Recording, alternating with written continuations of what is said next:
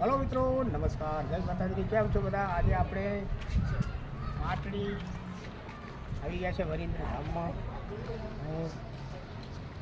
જો દર્શન કરવા લાયક સ્થળ છે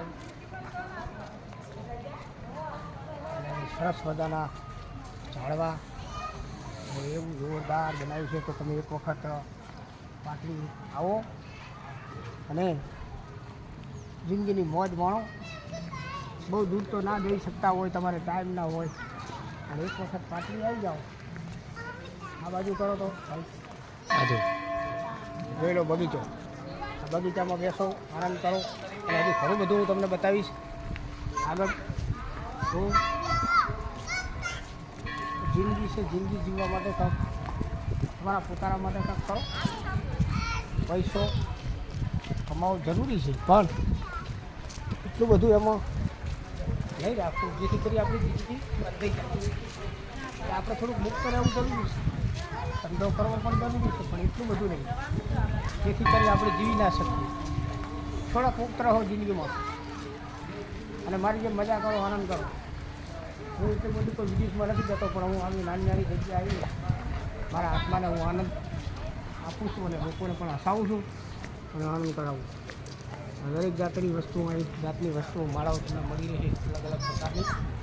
અહીંયા પાછું પીવાનું પાણી છે, ચોખ્ખું અને શુદ્ધ.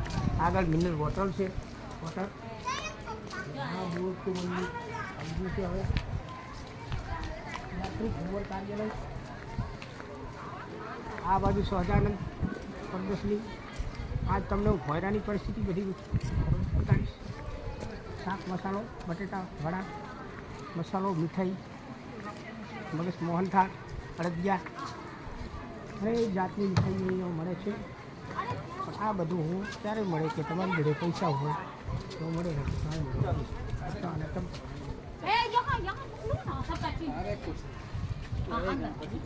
નો એન્ટ્રી આ કાઢી રાખીએ.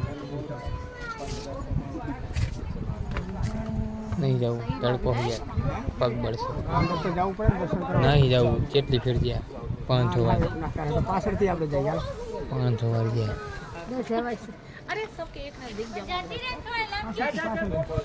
क्या लेके आया बंदा और क्या लेके जाएगा, क्या लेके आया बंदा और क्या लेके जाएगा. तो हम यही कहेंगे कि ज़िंदगी एक तोहफा है, ज़िंदगी एक उत्सव है, उसको त्योहार की तरह मनाओ. ठीक है, ठीक है कविराज. तो हिंदी में बात करेंगे तो हम भी हिंदी में बात करेंगे. स्वरूचिकर मिलकर भोजन प्रसाद. पूरे प्रसाद लेવો હોય તો આવી જાઓ. हाँ, जो तुमने सामने